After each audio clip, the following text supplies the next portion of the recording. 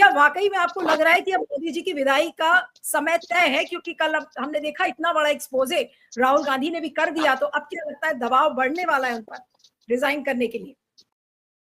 अब जहां तक सवाल अमित शाह के प्रधानमंत्री बनने का है, उनका रास्ता इतना आसान नहीं और उनके रास्ते की सबसे बड़ी बाधा है राष्ट्रीय स्वयंसेवक संघ के सरसंघ चालक। पिछले 10 साल से नरेंद्र मोदी की सरकार में मोदी और मोहन भागवत के रिश्ते, संघ और भारतीय जनता पार्टी के रिश्ते कैसे रहे, अब ये किसी से छुपा नहीं। बहुत संक्षेप में दोहरा देते हैं, मैं कई बार अलग से भी लिख चुका हूं और बोल चुका हूं, सब लोग जानते हैं। आप लोग, नरेंद्र मोदी 10 साल संघ मुख्यालय नहीं गए। नरेंद्र मोदी हेडगेवार मंदिर पर मत्था टेकने नहीं गए। सितंबर 2015 में एक बार सिर्फ एनडीए की सरकार बनने के बाद दिल्ली में मध्य प्रदेश भवन में एक सत्ता और संगठन संघ की समन्वय की एक बैठक हुई थी, जिसमें उस वक्त के सारे मंत्री अरुण जेटली, सुषमा स्वराज, नरेंद्र मोदी, मोहन भागवत, भैया जी जोशी, सब लोग शामिल थे। वो दिन है और आज का दिन है। नरेंद्र मोदी संघ की तरफ मुंह करके भी खड़े नहीं हुए। वे कब गए? जब तीसरी बार प्रधानमंत्री बन गए, तब नागपुर गए। तो नरेंद्र मोदी की मर्जी से उनका उत्तराधिकारी बने, ये तो अभी भारतीय जनता पार्टी के लिए तय नहीं हो पा रहा। वे अपनी मर्जी से पार्टी का राष्ट्रीय अध्यक्ष नहीं चुनवा पा रहे। ऐतिहासिक है कि इतने महीनों हो गए बीजेपी तदर्थ अध्यक्ष के भरोसे चल रही। इसलिए अगर नरेंद्र मोदी चाहें कि अमित शाह प्रधानमंत्री बन जाएं, तो अकेले उनके चाहने से काम नहीं चलेगा। इसमें एक चीज और है, एक और हमें समझना पड़ेगा कि अगर प्रधानमंत्री नरेंद्र मोदी को अपने भावी जीवन के लिए, वे अनंत काल तक जिए, हमारी शुभकामनाएं, उनके पास वैसे भी 1000 साल का प्लान है।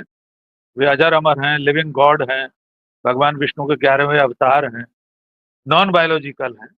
लेकिन इतने लंबे जीवन के लिए 1000 साल या 5000 साल वे जिएंगे, उसके लिए उन्हें एक सेफ पैसेज भी चाहिए। वो हो सकता है भारत के राष्ट्रपति का पद। कौन प्रधानमंत्री बने, इससे ज्यादा महत्वपूर्ण बात है कि नरेंद्र मोदी भविष्य में क्या बनकर भारत के कानून के शिकंजे में आने से बच सकते हैं।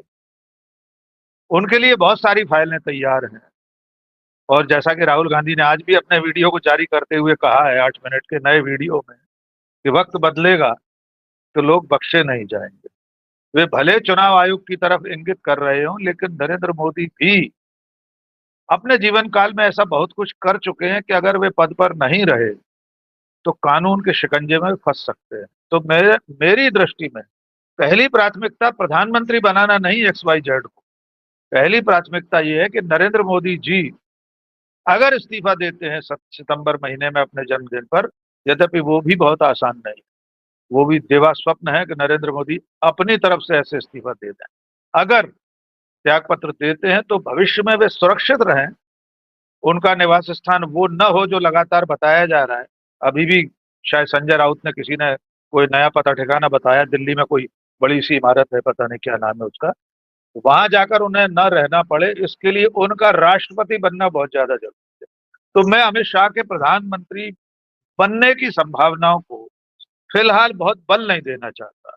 ये बहुत शुरुआती अटकलें हैं और मैं फिर दोहराता हूं, उनका प्रधानमंत्री बनना बहुत आसान नहीं, न केवल पार्टी के भीतर, बल्कि उनका जो गठबंधन है एनडीए, उसमें भी बहुत सारे लोग शायद उनके नाम पर राय न दें अपनी। और अंतिम बात, ये भी इस देश के इतिहास में पहली बार हुआ है कि जो व्यक्ति प्रधानमंत्री है वो आज तक अपनी पार्टी के संसदीय दल का नेता नहीं चुना गया है।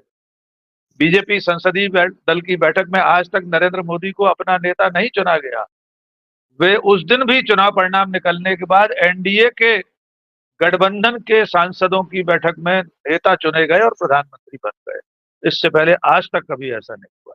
लेकिन फिलहाल विषय हमारा अमित शाह है।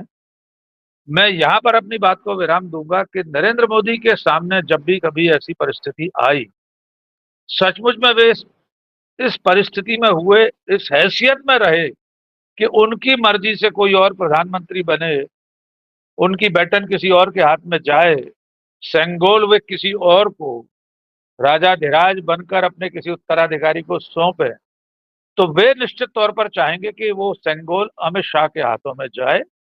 इसके अलावा वे किसी और दूसरे नाम पर भरोसा नहीं कर सकते। और यहीं पर तकरार फिर शुरू होगी संघ और नरेंद्र मोदी की, मोहन भागवत और नरेंद्र मोदी की। दोनों के सामने 75 साल होने की चुनौती अभी अगले महीने है। लेकिन जैसा कि हम लोग सब चर्चा कर रहे हैं, सुनीता जी ने भी कहा, ये कोई लिखित प्रावधान नहीं है। खुद अमित शाह कह चुके हैं कि पार्टी के विधान में थोड़ी लिखा है 75 साल में सेवानिवृत्त होना है।